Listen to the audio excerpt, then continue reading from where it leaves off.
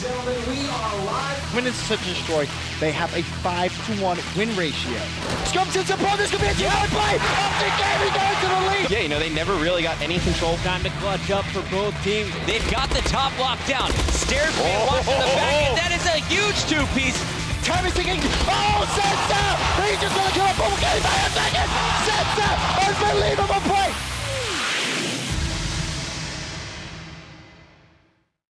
Ladies and gentlemen, welcome to the cast-off. It is Puckett alongside Benson and Mr. X, and this is a show we have wanted to do for years. Ben, finally, we're doing it, and there is a serious prize on the line. What's up for grabs here on the cast-off? Winner of the cast-off is going to be able to come with ourselves and cast at the Call of Duty World Championship. I'm so excited to be able to give that as a prize, too. Massive thank you to, of course, Activision and Sledgehammer for allowing us to do that.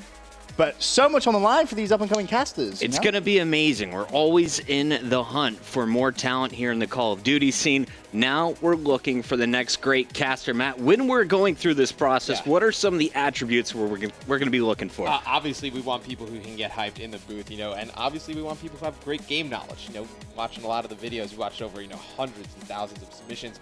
You know, just their general game knowledge, you know, their awareness. You know, some of the clips had some little things in it that we were looking for people to mention, and we definitely saw some people pick up on some things. We should touch upon that. You know, the game clips, the gameplays we provided weren't just random. It wasn't like, oh, here's, you know, this gameplay. We were pretty sneaky with the way that we recorded them. Some of the driving we brought up, for example, the mini-map at certain times, and the most important part when we want you to talk upon things. And you know, some people did really well. They picked up on it. Some people may have missed a couple of things here and there. Now, our producer, of course, helping us select a lot of these videos. We haven't seen all of them, but I am excited, and I do want to take a moment and thank everyone who submitted an application trying to get on the cast-off. We have narrowed it down to the best of the best. But before we get to that, we got to talk about how this show is going to work. Over 1,000 submissions coming in, applicants from all over. Everyone who is outside of the U.S. or under 18. Sorry, we had to push your application to the side. But with that, we had a ton of fantastic submissions, and really, it's going to come down to our top 12. We're going to have our semifinals in the second stage, but for now, we're going to be kicking things off with today's show, where we will pick our first 6, Matt. Right. You know, once we get our first 6 from this show and then the 6 from the next show, then it'll go down to the final 12. And those 3 judges, which are the fine gentlemen right here, then that'll go into the semifinal show. That, you know, we'll pair them up into 2s. They'll cast with each other. We'll give them, you know, a grade. We'll do some COD knowledge quizzing with them, and then it'll move on to the finals, Ben. Yeah, the finals are ultimately where the finalists are going to cast with ourselves one last time live. And it's going to be pretty stressful for those finalists, that's for sure. But, you know, we wish them all the best of luck, whoever they may be. And the important thing to note, though, throughout this whole process is during that semi-final process, we're picking 2. The community is also going to pick another 2. Which is absolutely huge. Yeah, we want the community to weigh in. Of course, you guys are the ones who are going to have to listen to us casters. So we want you to pick your favorite. Who is the voice you want to listen to throughout the event at the 2015 Call of Duty Championship presented by Xbox? You'll weigh in and push 2 finalists onto the grand finals. It's going to be a fantastic series of shows. And speaking of these shows, let's show you the schedule, guys. There's a lot of travel going down for the next 2 months. So the shows, we've kind of spread them out. This week, we have our Thursday show. This is submission show number 1. Monday, though, just a few days away, we are going to narrow down our other 6 contestants to have our final 12, which will be competing on Feb 25th. In our first semifinals. The second semifinal, where they'll be casting live, is Tuesday, March 3rd, and the final conclusion, the last show, March 13th, where one lucky winner will be awarded a trip to Los Angeles to cast with us at the biggest tournament in Call of Duty history. Had to be Friday the 13th, too. Oh, yeah. All you superstitious people out there, I apologize, that was my doing. I like it. I looked at the calendar. I was like, hey, Friday the 13th makes a good sign to end it, right? I was like, how about a Thursday? Ben's like, we're doing Friday. He was very adamant about that. Friday the 13th, it has to be done. It was fitting. It was fitting. Fitting. I like it. Well, I feel like we should just jump into it. There's a lot of contestants, a limited amount of time. So let's start it off here, guys. We have contestant number 1, and it looks like that is going to be, we got Jorge Ramos. Yes, we have some little notes about Jorge Ramos. Yeah, let's show Jorge's profile. So this is a guy who's coming from Rock Springs. Why? He's a attending Western Wyoming Community College, and he's an employee at Star Stadium 10 movie theater. So he works at a movie theater in college right now. But overall on his resume, my favorite line was his favorite caster. I was just going to say, favorite caster, Christopher Puckett. We asked him about his favorite Call of Duty. Yes. Black Ops 2. No real surprise. No real surprise. A lot of people so far had said Call of Duty Black Ops 2 is their favorite. You're just happy because he picked you as his favorite caster, aren't you? I just like the name Jorge Ramos. Yeah. It's a pretty sweet name. It's convenient, that isn't it? Just happens to like the name. Just happened. Great. I do also hire the producer who helped us select the applicants for today's show. But Ron, when you're ready, let's take a look at Jorge. Of course, each applicant had to send in their introduction, tell us a little bit about themselves, as well as a 90-second gameplay commentary. What I'm looking forward to today is which gameplay do they select? We had a crazy, hectic hardpoint. We had an uplink that had a fantastic closing to the game, and we had a search and destroy, which had some real highlight moments, but it's really going to be a challenge to see how did our cast themselves to make sure everything's running. Yeah, S&D plays much different as casting it than you want to do a hard point or an uplink. I thought, just my opinion, I thought the uplink was probably the easiest one to have picked. The uplink was we kind of easiest. talked about it. I kind of disagree. I think the search and destroy was easier. I think we all agreed one thing: the hardpoint was the most difficult one. Right. Without a shadow of a doubt, the hardpoint was the most difficult. There's Jorge. And there you see Jorge Ramos on your screen. Just a little bit about him, of course. Movie theater employee, originally from Mexico. Is his fun fact. Favorite Call of Duty was Black Ops 2. So without further ado, let's take a look at Jorge Ramos's introduction video, guys. So I'm Jorge Ramos, 20 years old, but you can also call me, George, Jorge, whatever's good with me. I'm not too picky about my name. But yeah, so, I think I make a good caster. Of course, I date Emma Watson. I'm a typical nerd. Here's my setup right here. And there's that. And to make this a little bit interesting, I think I'm just going to go in my bathtub a little bit. Woo! Let's get it. Alright. I'm in my bathtub right now. So yeah, just trying to make the cod cast off right here. Thought I'd also drink a little bit of tapatio right now. Is he in his bathtub? He's in his bathtub fully clothed. Jorge Ramos. I'm Mexican. Love spicy food. So yeah, not a lot of people here in this town like Call of Duty, but I'm sure a really big fan. And I'd love to join the cast off because I'm awesome and I drink tapatio as well. I'm a big fan of the bathtub. I enjoy bathtubs. I want to put him through. Wow. Have I done? What have I done? I want to put him through just based on that. Creativity? 10 out of 10. Very creative. Confidence? He sat in a bathtub. Confidence. 10 out of 10. He wore a tie in a bathtub. Too. Yeah, coming out of a bathtub, always very cold. To go in there fully clothed, it has to be pretty difficult. We asked for people to be creative and make us stand out. As entertaining of an intro as possible. This is what really sold our producer on Jorge, it says in our notes. So, Jorge, he's definitely got... He's got the look. He's got the confidence to be a host. Now it's time to take a look at his casting. We're going to keep our audio up, chiming in where needed during his gameplay. I'm excited to see what he picks. Let's go to his gameplay now. Here we are in the last minute and 30 seconds left of this hardpoint match between FaZe and Aware. Aware leading by 45 points. FaZe in control of that himself. Hardpoint. No gameplay. Flooding in Just from imagine ramp side finally takes those two FaZe players out. Aware not in control, but Aches gets two big kills. Parasite with the third kill. But Aware still in control of that hardpoint. Enable and Slasher finally break Aware's defenses. Slasher now in the hill. And Slasher there takes out another player from Aware. Aware going to the I gotta give it the X. I gotta give the X. These last few seconds, but FaZe already set up. And we have Enable. It takes out one player from Aware in the hill. You're going There's the another second kill from Enable. All right, There's well, another Aware player. Let's see if we can get it. Enable there. Yeah, let's talk about it. Where did he go wrong? For me, it was the use of Aware 4 times in the same sentence, basically. Right. Yeah. And once Slasher went down, he lost it. He couldn't just keep know where up to with the go. action. Really, you kind of close your eyes. It's kind of see. I kind of preferred not seeing the gameplay there because it gives you a better insight. Can you understand what's going on? When you think of it from that side, is he explaining everything? And he kind of was, but then he gets to the point where you said, Chris, he said Aware like 4 times in a row really quick, and then he stuttered. And as soon as he stuttered, that's when it lost, which is actually a really shame because I think Jorge's intro was phenomenal. That was awesome. Yeah. I don't think we're going to see a better intro than that. Can we listen to his commentary one more time? We all three went with the X's pretty hardcore here, but because this is our first contestant, well, let's listen just a little bit more. Okay. I want to see if I want to change my vote. Here we are in the last minute and 30 finally break.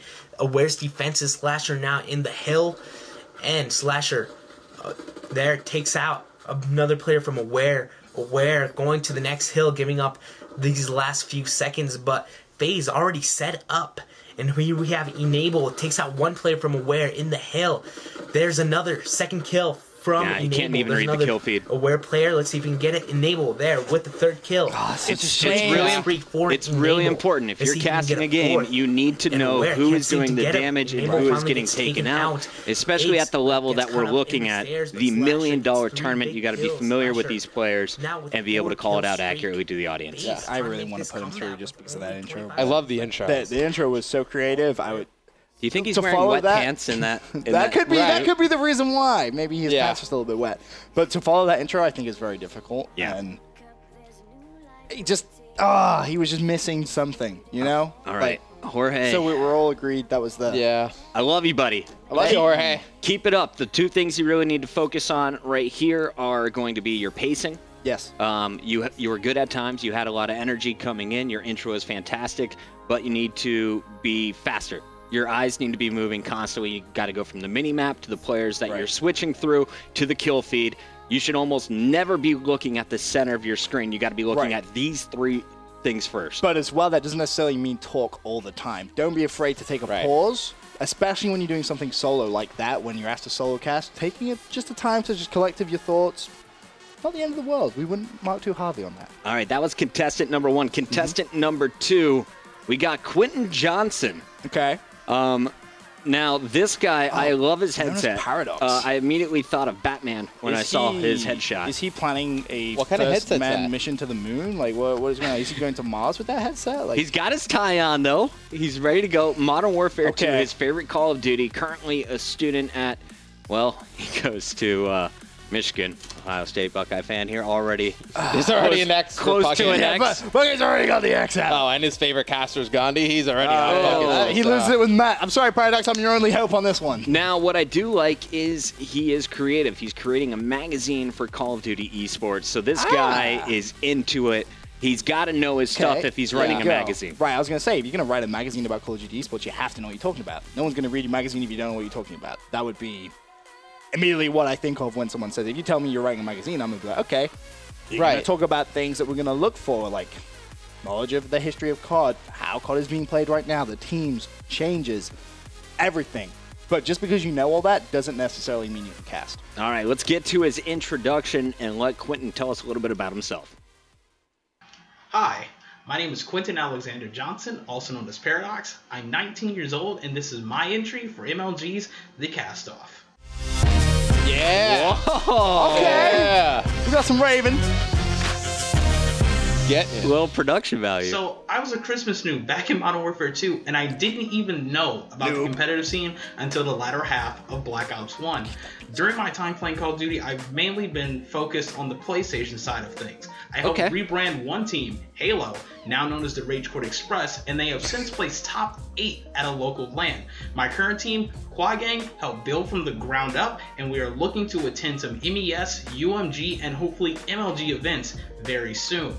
I play Call of Duty almost every day, and I try to learn as much as I can about the game. I'm a daily visitor to the COD competitive subreddit. I watch streams, and I look up numerous videos and articles to learn more. I'm someone who really loves to learn, try new things, and casting has been something I've always wanted to do since I was a little kid. Public speaking has always been a strong suit of mine, and I feel that this competition will really help me achieve something that I've only dreamed of. Anyway, without further ado from Ann Arbor, Michigan, let's get into some casting. All right, before we get to his casting, let's talk about that intro. Really strong. Nailed really it. Strong. I love his voice, too. Without sounding weird, he has that kind of voice, which is easy to listen to. Speaks clear, very, very just easy to listen to. It took me, I think, 3/4 of the way through the video to realize he's actually reading a script. That's amazing. If you can His eyes? If Is you that the can, give? well, his eyes, and he also paused for just a half second, looked down, and then he continued reading. But only someone who's in the business is really going to pick up on that stuff. I bet a lot of you guys at home didn't even pick up that he was reading off of his script there. He nailed it. So for an introduction, despite the Sailor Moon poster in the background, I give that an A. Also, the fact 19, he doesn't come off 19. No. Yeah, I thought he was a little bit more mature. I thought than he was. that. I thought I would have said he was older than 19. Very mature. My only gripe with that would be he wasn't exactly. Let's see if he can bring the hype. I'm with you, Ben. So the big thing as well is you think about how he's explained himself. Very analytical, likes to go on the subreddit, likes to watch gameplay. So immediately I'm kind of thinking, well, this guy is probably going to be an analyst kind of caster when it comes through. Can he also bring the hype, as you mentioned? Can he try and up that level? It seems like he can by his voice. What's wrong with analysis, Ben? It's okay, Matt. Some people love you. It's fine. It's fine. But can he bring the hype too? Can he portray? Because he has it naturally in his voice. I feel you can tell by his voice he's kind of an excited guy. Can he portray that whilst giving us facts whilst casting? If he can, then he's a good, solid candidate. Before we get into the gameplay, real quick from his "Why should you be on the cast-off?" question. What's he got? His answer. Well, he has a great paragraph above this, but the very bottom one says, pointing out strategies and bringing alternate points of view while being entertaining and engaging are focus points of mine that I would like to show off in this competition. So that's what I'm looking for as we get into the gameplay, and I'm told he picked Uplink on Detroit. Just about 120 seconds left here in this uplink on Detroit between Justice and Envy on board with Sensor, who's trying to clear the way for Slack. Does Justice have control of the satellite right now? However, Sensor is pinned by a perfect setup in school by Merc and Saints. Saints is actually going to get the kill on Sensor because of a team kill by Mochilla. All four are going to go down for Justice. Saints is going to get control of the satellite. Let's bring up the minimap here as Saints slows down. Here, you never want to rush in alone. However, they gave up a good amount of map control. However, that does not matter. Nameless with a huge two-piece, and Zuma is right behind him. Nameless with the throw to take the lead for Envy, 7-6. Envy lead with 45 seconds left in this uplink. Nameless is gonna go down. Let's hop on board with Mochilla, who has control of the satellite, pushing into the Envy base. Only one man hits Merc. Can Merc get the stop? Merc does. He gets the stop. Gives Mochilla the hand. Is going to throw the satellite out of bounds to reset and waste time. Envy is setting up around this middle trailer with about 25 seconds left. If they can just keep Justice out of this middle trailer, they will be able to win. This is where the satellite spawns. This is exactly what they want to do. Envy is giving it to Justice. 10 seconds left in this. Nameless is going to get the satellite, throw it towards the Renaissance Center, and that's going to do it. 5-4. Merc is just going to go pat the stats with a nice two-piece. 1 second left, and Envy is going to close it out, give the 3-0 to Justice with a 7-6 win here on Detroit Uplink. Really strong finish. Yeah. But let's start from the top, Ben. You stole my pen and started writing notes. Sorry. Immediately something caught my eye. He says 120 seconds left when there's 80 seconds left. There was it's a minute 20 on the It's a minute 20, and he's read it as 120. Okay. Now, that's a really... I didn't even pick up on it, right, which a lot of fans won't. But I didn't pick up on it. Now, I get that that's a very, very small thing, but with all the contestants, you kind of have to pick small. But he did really, really impress me. Some things that he did, especially, was he mentioned the reset, which people that picked that uplink gameplay, some people didn't mention the reset. How important that is. Throwing the drone outside of the base is a massive, massive part. It's now a strategy for uplink as a whole.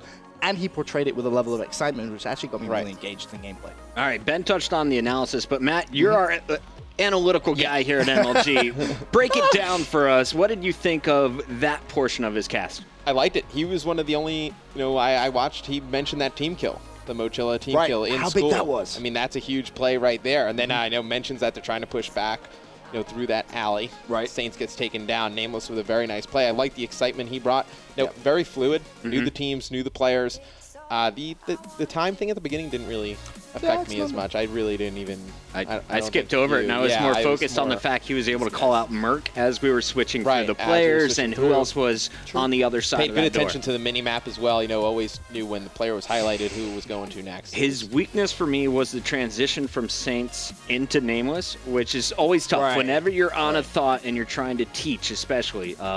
And that's actually something I've gotten away from is specifically calling out what players should be doing. Right. Unless I have another pro in the booth with me, I'll host up that question. But he was trying to teach a little bit, which I do like. As long as you're giving some simple facts and not really detailed of what the pro should be doing, I think that definitely has a place in the cast. But he lost it as soon as Saints died. He picked it up real quick, though, and he finished strong, had the perfect call with the game, I guess, taking the lead there with that toss from Nameless. And that's when I looked up at the clock, and there's 50 seconds left, and I was like, all right, now the action's dead. Let's see how you close this out. That's the key. He never lost the energy. No, kept it going. Especially with this, these guys can watch this game play as many times as they want. Right. So when you're casting that, all right, there's 50 seconds left, this game is over. No one's going to come back. There's no crazy ending. But how do you keep the audience engaged? That's something I feel like it's very, very difficult. Even when we do it at the top events, it can be sometimes tough when it becomes mathematically impossible in a game. It's something where it's like, all right, well, Matt, the game's over. What do you want for lunch? What should we go? Should you want to go to the bar? Like, what do you want to do? But he managed to keep us engaged, which is very, very difficult to do. I liked it. I liked it too. I'm not giving him X. I'm pushing him on. So you're pushing him through. Yep, he's going through in my book. Any X's? No, I thought that was really strong. Yeah, I think he goes through. Are you serious? We're all agreeing. I think for the first time ever, we're all going to actually agree on something. I think he goes through. He's a very, very strong candidate. You like him even after what you? That I think he's just red. Dude, everyone does 120. that. 120. 120. It's a small gripe. How many people at home would have picked up on that? Probably not that many. Probably not that many. Probably maybe like 5 or 10 that are watching right Before we get off him, I want to show his strongest portion of the cast, and I thought that was the first 10 seconds with the exception of that error. Let's listen one more time. This, guys, is Quinton Johnson. Remember his name. We're going to push him on, but you can vote for him in the semifinals if you want to see him in the grand finals. Here he is one more time. Just about 120 seconds left here in this uplink on Detroit between Justice and Envy. On board with Sensor, who's trying to clear the way for Slack. Does Justice have control of the satellite right now? However, Sensor is pinned by a perfect setup in school by Merc and Saints. Saints is actually going to get the kill on Sensor because of a team kill by Mochilla. All four are going to go down for Justice. Saints is going to get control of the satellite. Let's bring up the minimap here as Saints slows down. Here, you never want to rush in alone. However, they gave up a good amount of map control. However, that does not matter. Nameless with the huge 2-piece, and Zuma is right behind him. Nameless with the throw to take the lead for Envy. that he gets to play with. Yep. Almost as perfect as he could have made that. Right, yeah. For where his current flow was. So we got one no so far. Sorry, Jorge. But Quinton is our first one through. We'll see what else is coming up, guys. We're going to take a quick commercial break. When we come back, we have contestant number 3. Stay tuned. Aaron is going to be on the show next.